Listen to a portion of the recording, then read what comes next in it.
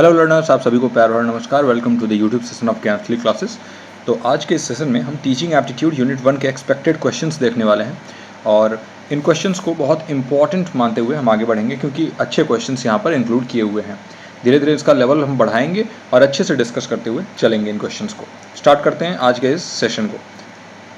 तो देखिए, सबसे पहला क्वेश्चन आ रहा है, which level of teaching is primarily concerned with the development of critical thinking and problem solving skills. तो देखिए, दो यहाँ पर इसके फीचर्स या फिर इसके कैरेक्टरिस्टिक दिए हुए हैं। पूछ रहा है लेवल ऑफ टीचिंग सबसे पहले।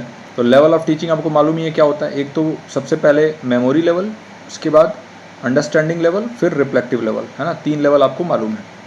अब ये कह रहा है कि क्रिटिकल थिंकिंग और प्रॉब्लम सॉल्विंग स्किल ये कौन से लेवल में आता है। आपको मालूम है कि ये हायर ऑर्डर थिंकिंग स्किल्स हैं, जिसे हम कहते हैं हॉट्स, है ना। तो हायर ऑर्डर थिंकिंग स्किल्स, इनमें जो सबसे बेहतर ऑप्शन है वो है रिफ्लेक्टिव लेवल। क्योंकि रिफ्लेक्टिव लेवल में हम क्या करते हैं, इसको सबसे पहले तो जान लीजिए कि हंट ने दिया था। बार बार मैं बता रहा हूँ क्योंकि पूछ सकता है किसने दिया था। और इसका फोकस होता है क्रिटिकल थिंकिंग को डेवलप करना और प्रॉब्लम सॉल्विंग स्किल्स को डेवलप करना। ये इनकरेज करता है जो भी शिक्षार्थी हैं उनको कि वो रिफ्लेक्ट करें, वो एनालाइज करें और अप्लाई करें जो नॉलेज है वो नए नए सिचुएशंस में, नॉवल सिचुएशंस में। और जब भी आप अपने पुराने नॉलेज को नए सिचुएशंस में यूज़ करने की कोशिश करते हो तो वहाँ पर आप प्रॉब्लम सॉल्विंग स्किल और क्रिटिकल थिंकिंग के बारे में बात करते हो।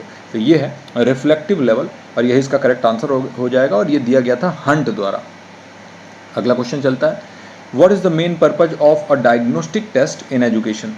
डायग्नोस्टिक टेस्ट के बारे में बात कर रहा है कि बताइए शिक्षा में नैदानिक परीक्षण का मुख्य उद्देश्य क्या है।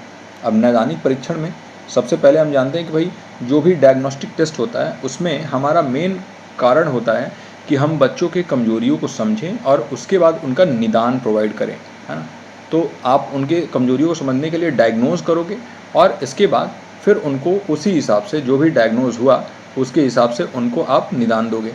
पहला आ रहा है आपके पास छात्रों की अंतिम उपलब्धि को मापने के लिए, दूसरा है किसी शिक्षण पद्धति की प्रभावशीलता का मूल्यांकन करने के लिए, तीसरा है कि निर्देश शुरू होने से पहले छात्रों की ताकत और कमजोरियों की पहचान करना, to identify students strength and weaknesses before instruction begins, या फिर to compare performance across different schools, यानी विभिन्न स्कूलों में प्रदर्शन की तुलना करना।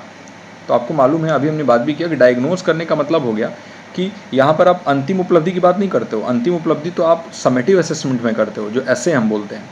इफेक्टिवनेस टीचिंग मेथड का यहाँ पे इवेलुएट नहीं करते हो, बल्कि यहाँ पर स्टूडेंट्स के क्या क्या कमज़ोर कड़ियाँ हैं और कौन कौन से मजबूत पक्ष हैं उनको जानने की कोशिश करते हो, वो भी क्लास शुरू होने से या आपके सेशन शुरू होने से पहले, ताकि उनके लेवल को आप जान सको और उसके हिसाब से आगे की अपनी तैयारी, अपने जो भी प्लानिंग करोगे वो उसके हिसाब से आप कर सको। यानी निर्देश शुरू होने से पहले छात्रों की ताकत और कमजोरियों की पहचान करना, ये हो जाएगा इसका करेक्ट आंसर। अच्छा, अब देखिए, जो डायग्नोस्टिक टेस्ट है उसको हम यूज़ करते हैं, स्टूडेंट्स को एग्जिस्टिंग नॉलेज उसका असेस करते हैं हम, और उसके बाद आइडेंटिफाई करते हैं ऐसे एरियाज़ जहाँ पर इम्प्रूवमेंट की ज़रूरत है और उनको हम ऐसे प्लानिंग करते हैं टीचर के तौर पे, जो कि इंस्ट्रक्शन अब अगर हम उनको दे रहे हैं तो ज़्यादा इफ़ेक्टिवली और ज़्यादा एफिशिएंटली वो उस इंस्ट्रक्शन को ले सकें। तो इसलिए इसका सी करेक्ट आंसर हो जाएगा। अब आगे बढ़ते हैं। अगला है कि ब्लूम के संशोधित वर्गीकरण में, यानी ब्लूम्स रिवाइज्ड टैक्सोनॉमी में, which of the following cognitive processes is considered to be at highest level. बताइए इनमें से कौन से संज्ञानात्मक प्रक्रिया को उच्चतम स्तर पर माना जाता है, जो हाईएस्ट लेवल है उस पर माना गया है। पहला है अप्लाइंग, दूसरा है एनालाइजिंग, तीसरा है इवेल्युएटिंग और चौथा है क्रिएटिंग। आवेदन, विश्लेषण, मूल्यांकन या फिर बनाना, है ना। तो बताइए कौन सा इनमें से है। देखिए, हम ब्लूम टैक्सोनॉमी के बारे में बात करते हैं तो जो उनकी रिवाइज टैक्सोनॉमी थी ना, तो यहाँ पर पहले और सबसे पहले हमें ये समझना होगा कि ब्लूम्स की जो टैक्सोनॉमी है उसमें पुराने वाली और नई वाली, ये दोनों में डिफरेंस क्या है। ओके, तो जो ब्लूम्स टैक्सोनॉमी है वो एक फ्रेमवर्क होता है, आपको मालूम है, जिसमें हम कैटेगराइज करते हैं एजुकेशनल गोल्स और ऑब्जेक्टिव्स को। ओरिजिनली इसको 1956 में लाया गया था, 1956 में, और इनका रिवाइज्ड वर्जन आया 2001 में, 2001 में। अच्छा, ओरिजिनली ये स्टार्ट होता था नॉलेज, फिर comprehension, application, analysis, synthesis and evaluation. Okay, यानी सबसे पहले आता था नॉलेज, इसके बाद आता था कॉम्प्रिहेंशन, फिर आता था एप्लीकेशन, फिर आता था एनालिसिस, फिर आता था सिंथेसिस और इसके बाद आता था इवेल्युएशन। तो इसमें हाईएस्ट इवेल्युएशन को दिया गया था, ये ओल्ड वाला है। वहीं अगर हम न्यू वाले की बात करें तो यहाँ है सबसे पहले इसमें तो जो कंटिन्यूस फॉर्म, जैसे remembering, understanding, applying, analysing, evaluating and creating, तो ये कंटिन्यूस फॉर्म में आ गया था। ओके, तो अगर हम इसको देखें तो देखिए रिमेंबरिंग सबसे पहले नीचे आएगा, फिर अंडरस्टैंडिंग आ जाएगा, फिर अप्लाइंग आ जाएगा, फिर एनालाइजिंग आ जाएगा, फिर इवेल्युएटिंग आ जाएगा और उसके बाद लास्ट में आएगा क्रिएटिंग। तो यानी क्रिएटिंग जो है वो हाईएस्ट लेवल माना गया है ब्लूम्स के रिवाइज टैक्सोनॉमी में जो 2001 में आया था। इनका डिफरेंस यही है कि एक तो टर्मिनोलॉजी का डिफरेंस है ना, जैसे नॉलेज को हमने चेंज करके रिमेंबरिंग कर दिया, सिंथेसिस को चेंज करके क्रिएटिंग कर दिया, और ओरिजिनल टैक्सोनॉमी में जो सिंथेसिस है उसको ऊपर लाया गया था इवेल्युएशन के, है ना।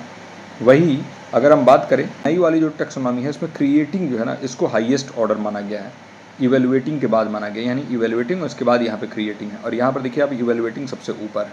ओके, तो इसीलिए ये डिफरेंस जो है वो है। और जो रिवाइज टैक्सोनॉमी है इसमें एक्शन वर्ब्स के ऊपर हम ध्यान दे रहे हैं। जैसे इसमें आप देख रहे हो कि कंटिन्यूअस फॉर्म में बताया गया, जैसे रिमेंबरिंग, अंडरस्टैंडिंग, अप्लाइंग। और जो ओल्ड वाला था इसमें नाउन दिया गया था, जैसे नॉलेज, कॉम्प्रिहेंशन, एप्लीकेशन, ये सारे नाउन हैं। तो जो एक्शन वर्ड्स है ना वो ज़्यादा बेहतर तरीके से समझाते हैं चीज़ों को। तो ये है ब्लूम्स टैक्सोनॉमी का पुराना और नया वर्जन। अब आगे चलते हैं। अगला क्वेश्चन है विच of the following best describes the spiral curriculum approach. निम्नलिखित में से कौन सा सर्पिल पाठ्यक्रम दृष्टिकोण को सबसे अच्छा वर्णन करता है। पहला है covering the same topics repeatedly at the same level, यानी एक ही विषय को एक ही स्तर पर बार बार कवर करना। दूसरा है introducing concepts in a linear sequence without revising them, अवधारणाओं को दोबारा देखे बिना उन्हें एक रेखीय क्रम में प्रस्तुत करना। तीसरा है revisiting the same topics eight increasing levels of complexity over time, यानी समय के साथ जटिलता के बढ़ते स्तर पर समान विषयों पर दोबारा विचार करना। और चौथा है focusing on a narrow range of topics in depth, यानी विषयों की एक संकीर्ण श्रेणी पर गहराई से ध्यान केंद्रित करना। बताइए स्पाइरल करिकुलम के बारे में सबसे बेस्ट कौन बताता है। तो देखिए ज़्यादा टाइम ना लेते हुए सबसे पहले हम समझेंगे कि स्पाइरल करिकुलम होता क्या है। तो एक ये कॉन्सेप्ट दिया गया था ब्रूनर द्वारा, जेरोम ब्रूनर इनका पूरा नाम था। और स्पाइरल करिकुलम का कॉन्सेप्ट इन्होंने दिया था जिसमें बताया था कि जो भी की कॉन्सेप्ट्स हैं उनको रिविजिट करते रहना चाहिए हर मतलब कुछ कुछ समय पे, डिफरेंट टाइम्स पे। जब भी एक स्टूडेंट एजुकेशन करता है तो वो रिविजिट करता रहता है पुराने अपने जो भी उसके नॉलेज है उसको, और हर बार जब वो रिविजिट करता है ना तो उसका अंडरस्टैंडिंग और डीपर होता जाता है और कॉम्प्लेक्स लेवल पे होता जाता है। इसी को हम कहते हैं स्पाइरल करिकुलम। तो इसका हो जाएगा ये सी, है ना, revisiting the same topics eight increasing levels of complexity over time, समय के साथ जटिलता के बढ़ते स्तर पर समान विषयों पर दोबारा विचार करना। ये होगा सर्पिल पाठ्यक्रम दृष्टिकोण का सबसे अच्छा वर्णन। अगले क्वेश्चन पे चलते हैं। हमारा अगला क्वेश्चन है कि शैक्षिक मनोविज्ञान के संदर्भ में मेटाकॉग्निशन शब्द का तात्पर्य क्या है। In the context of educational psychology the term metacognition refers to a स्मृति प्रक्रियाओं का अध्ययन यानी study of memory processes, B a students awareness understanding of own thought processes, यानी एक छात्र की अपनी विचार प्रक्रियाओं के बारे में जागरूकता और समझ।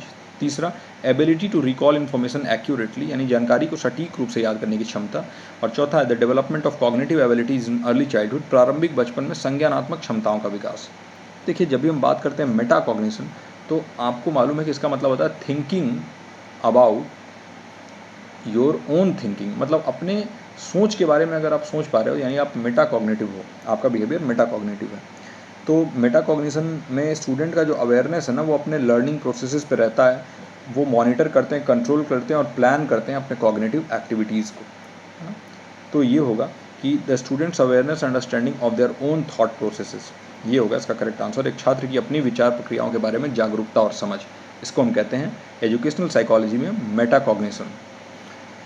हमारा अगला क्वेश्चन है according to the theory of multiple intelligence propose by Howard Gardner. आपको मालूम है कि हावर्ड गार्डनर ने मल्टीपल इंटेलिजेंस थ्योरी दिया था, यानी कि मल्टीपल इंटेलिजेंस का सिद्धांत, है ना। और इसमें कौन से टाइप के इंटेलिजेंस को एसोसिएट किया था उन्होंने, एबिलिटी टू अंडरस्टैंड वनसेल्फ, मतलब खुद से जो समझने की यानी खुद को समझने की जो क्षमता है उसको किस टाइप के इंटेलिजेंस से उन्होंने एसोसिएट किया था। पहला है इंटरपर्सनल इंटेलिजेंस, दूसरा है इंट्रापर्सनल इंटेलिजेंस, तीसरा है लिंग्विस्टिक इंटेलिजेंस और चौथा है लॉजिकल मैथमेटिकल इंटेलिजेंस। देखिए बहुत ही ईजी और बहुत ही ऑब्वियस है। देखिए इंटर मैंने आपको बार बार बताया कि दो चीज़ों का, अगर दो पर्सन हैं या दो से अधिक भी पर्सन है, अगर इनके बीच में कोई संबंध है, कोई रिलेशन हो रहा है तो उसको हम इंटर कहेंगे, इंटरपर्सनल। वहीं अगर एक लोग खुद के अंदर ही कुछ विचार कर रहे हैं तो इसको हम कहेंगे इंट्रापर्सनल। ओके, तो जब हम इंट्रापर्सनल इंटेलिजेंस के बारे में बात करते हैं तो हम बात करते हैं हावर्ड गार्डनर की उस थ्योरी की जिसमें वो रेफ़र करते हैं कि capacity to understand oneself, यानी खुद को समझने की हमारी क्षमता, यहाँ पर हम अपने थॉट को भी समझते हैं, अपने इमोशन को भी समझते हैं, अपने मोटिवेशन या अभिप्रेरणा को भी समझते हैं। तो इसको हम कहेंगे इंट्रापर्सनल इंटेलिजेंस। बी इसका करेक्ट आंसर हो जाएगा। अब अगले क्वेश्चन पे बढ़ते हैं। हमारा अगला क्वेश्चन है, what does the term hidden curriculum refer to in the context of education. शिक्षा के संदर्भ में छिपे हुए पाठ्यक्रम शब्द का तात्पर्य क्या है ना। हिडन करिकुलम का क्या मतलब है। पहला है आधिकारिक पाठ्यक्रम जो स्कूलों में पढ़ाया जाता है, the official curriculum that is taught in schools. दूसरा है अनअपेक्षित पाठ, मूल्य और दृष्टिकोण जो छात्र स्कूल में सीखते हैं, unintended lessons, values and perspective that students learn in school. तीसरा है पाठ्येतर गतिविधियां जो औपचारिक पाठ्यक्रम का समर्थन करती हैं, extra curricular activities that support the formal curriculum. चौथा है the use of technology in classroom instruction, कक्षा निर्देश में प्रौद्योगिकी का उपयोग। तो देखिए हिडन करिकुलम में कक्षा निर्देश में प्रौद्योगिकी का उपयोग तो होगा ही नहीं, यानी टेक्नोलॉजी इन क्लासरूम इंस्ट्रक्शन से कोई मतलब नहीं है हिडन करिकुलम का, ये हट गया। Extra curricular activities that support the formal curriculum, इसको हम कहते हैं को करिकुलर एक्टिविटीज़, तो ये भी नहीं होगा, ये भी हट गया। अब हमारे पास दो आ गया, official curriculum that is taught in school, तो इसको तो नॉर्मली आप करिकुलम ही कह देते हो, तो ये भी नहीं होगा। आपका जो सही आंसर हो जाएगा वो हो जाएगा बी, अनअपेक्षित पाठ, मूल्य और दृष्टिकोण जो छात्र स्कूल में सीखते हैं।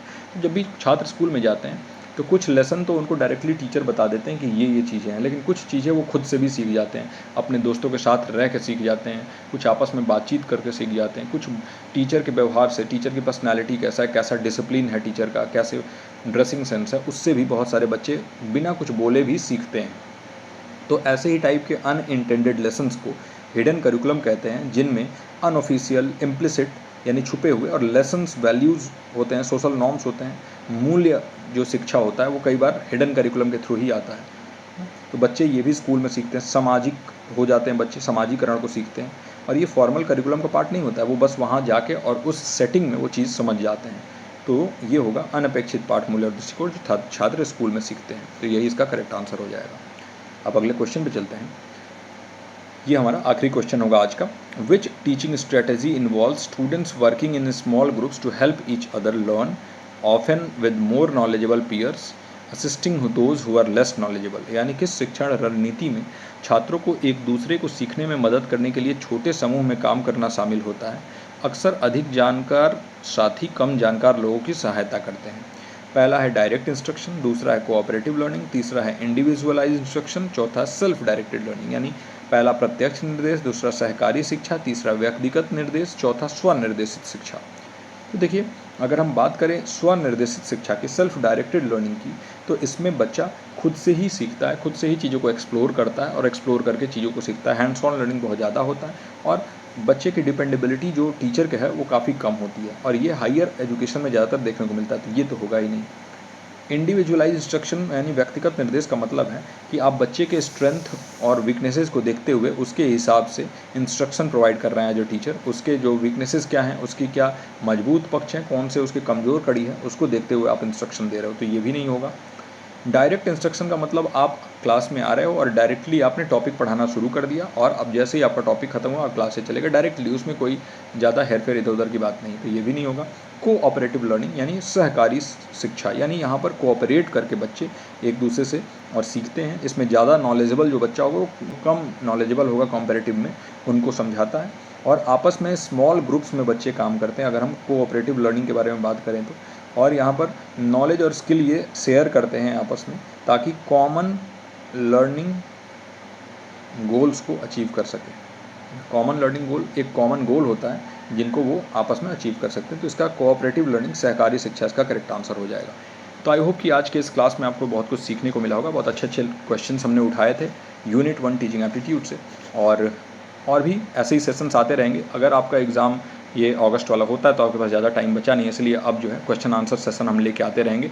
तो डेली जो है आप आफ्टरनून में हमारे टेलीग्राम पर देख सकते हैं, जैसे ही नोटिस आता है आप क्लास से जुड़ जाइए, है ना। अभी भी बैचेज में जुड़ने का समय है। अगर आप दिसंबर बैच के लिए जुड़ना चाहते हैं तो हमारे पास यहाँ पर ये नंबर अवेलेबल है 9015958713, इस पर आप कॉल करके और जुड़ सकते हैं। हमारे क्लासेस से बहुत ही बेहतरीन क्लासेस चलती हैं और बहुत ही एक सिस्टमेटाइज मैनर में आप वहाँ पर अपनी पढ़ाई कर सकते हो और JRF के अपने सपने को क्लियर कर सकते हो। तो इस वीडियो में यहीं तक मैं मिलता हूँ आपसे अगले वीडियो में। टिल देन आप अपना और अपनों का ख्याल रखिए। नमस्कार।